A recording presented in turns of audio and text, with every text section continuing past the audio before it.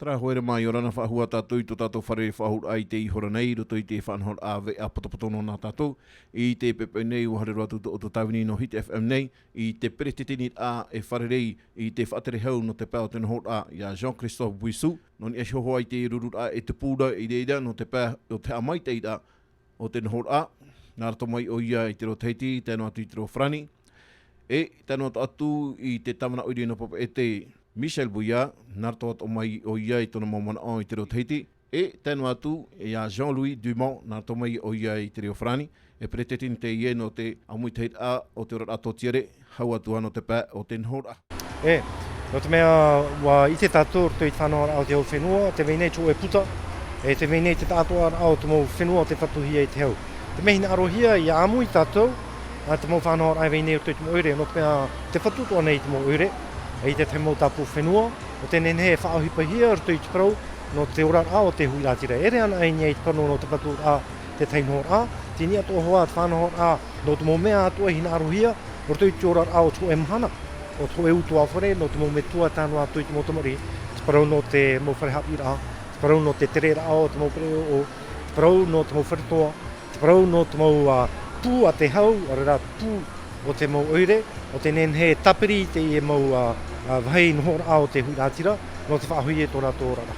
Te mo tātou? Me tā e te i e tāpura hipa no te mea, ia parau tātou, te parau no te mau whia noho ore tō rātou, e tito hi tātou e hio e hea te tumu.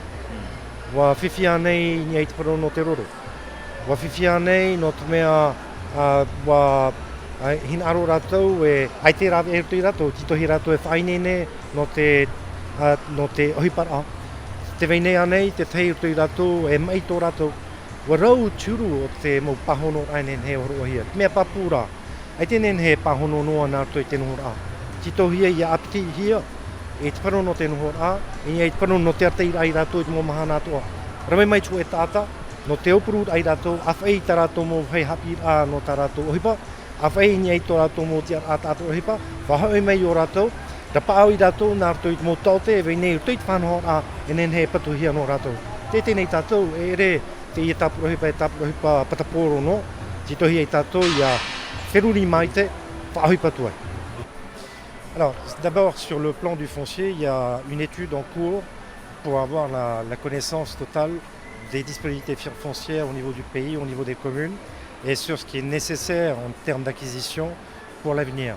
Et ça, évidemment, dans la réflexion du SAGE. En ce qui concerne les questions de financement, nous sommes aujourd'hui en discussion avec la Banque des Territoires. Ces discussions doivent nous amener, à un moment donné, à obtenir, sous forme de convention, des financements sur le long terme. Par exemple, des financements sur 40 ans du logement, avec un remboursement sur 40 ans. Sachant qu'on espère accéder à des taux de crédit de 0%, voire un tout petit peu plus que 0%, et utiliser les subventions que nous avons aujourd'hui du pays et de l'État pour couvrir simplement les besoins de remboursement en capitaux. Donc ça devient un effet de levier qui n'a jamais été utilisé par le pays et qui, si on utilise cette manière de faire, va nous permettre de rattraper le retard sur les besoins en construction de logements et puis surtout de répondre aux besoins à venir de tous ces enfants qui vont devenir des adultes et qui vont fonder leur foyer. Par exemple, l'AIM aujourd'hui, l'aide à l'investissement des ménages, permet d'apporter une contribution du pays sur l'acquisition d'un appartement ou sur la construction d'un logement. Si demain, au travers des discussions que nous menons avec Paris, je ne vais pas trop loin sur ces discussions, nous pouvons doubler l'apport en subvention auprès des ménages. Ça veut donc dire que demain, des familles qui n'ont qu'un SMIC, voire un SMIC et demi, vont pouvoir accéder au crédit bancaire et obtenir les crédits nécessaires à l'acquisition d'un appartement ou à la construction d'un logement. Voilà une politique qui n'existe pas aujourd'hui. Je veux dire, avec l'association des subventions apportées par ces organismes en métropole, je pense notamment à Action Logement. Au travers de ce moyen, nous allons pouvoir cibler ces familles qui n'ont pas grand-chose, familles modestes, de salariés, pour ensuite, au niveau de l'OPH par exemple, se concentrer sur les familles qui sont vraiment en grande difficulté. Me te reo e mahana? Me te rea area matahiti tamei te mahana. wo hipana ure mo te patur ai te te mo taua hautirana atamari e mo wahe wharere ai parahuia Maison de Quartier e whare huira atira e parahuia e nenhe ta mato mo te amana e huira atira e parapara e whanhom e tō rato ora rā e hat mana o te huira atira e te parau no te mono rā e roto toa i te imira atu hipa te whanhom ai tō rato ora rā e te momahana atoa. I he mohe hea tātou. Te ria tapura hipa fōwharo warawe hia. Te imhana tra mo whare i whate hia. Wa huru wa teito i te imhana e te ia tata e hia. Ti roto mātou i tra whanhom rā. Ti roto mātou i te whanhom rā no te patu ahau rā te noho rā e mam o walo. Tei ono tātou hanere utua whare wheti e whaeara roto i tēnei whenua. Wahina ro wau e hare roto umano e whawhaturo i a rātou. Te imhana i te mei oe. Tō mamo e tāno atu tō veni ni ore e whenua tra e whatuhi a rātou ure.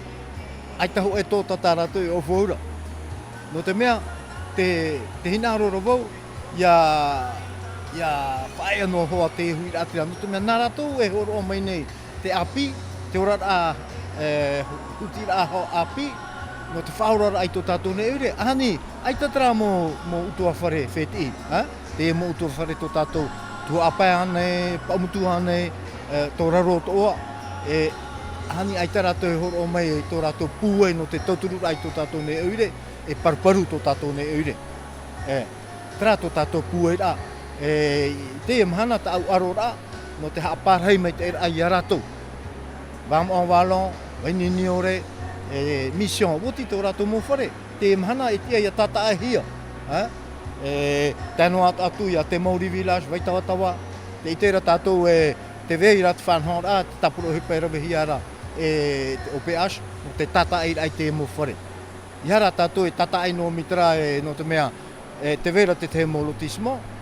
E tia ia tātou i mitra wea e haparhei a rātou wahai no te tata e ai tā rātou whare.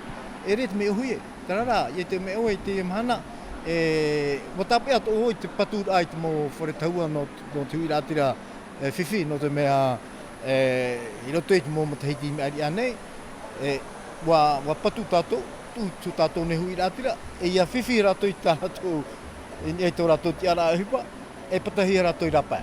Watape a wau, ai tōhi nāru ahau tara, hipa e tubu ahau roto i tō unei oire.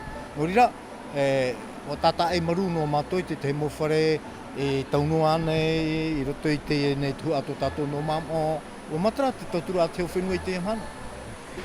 L'objectif de ce séminaire, comme cela vient d'être indiqué par les responsables politiques et techniques, le directeur et le ministre, pour lancer une opération de recensement de l'ensemble des besoins en logement sur les territoires, au plus proche des populations, une démarche qui est vraiment participative et d'organiser ensuite la réponse. La réponse sur le logement indigne qu'il faut évidemment modifier, raser, offrir le confort aux populations, y compris les plus fragiles, répondre aux besoins des salariés des entreprises polynésiennes. Je pense par exemple le développement du tourisme amène l'installation d'hôtels, restaurants. Ça demande des professionnels, ça donne donc des salariés. Il faut que celles-ci, voire les familles, puissent se loger. Enfin, tout à fait naturellement, répondre aux besoins en logement de l'étudiant, aux besoins en logement de la famille qui s'installe, les jeunes, les personnes plus âgées qui ont besoin peut-être d'un confort, d'une sécurité particulière. En définitive, c'est un plan ambitieux qui va être mis en place pour répondre aux besoins en logement des populations. Les besoins sont connus, ils sont les mêmes ici que chez d'autres territoires d'outre-mer ou d'ultramarins, et ils sont les mêmes d'ailleurs dans nos provinces en France.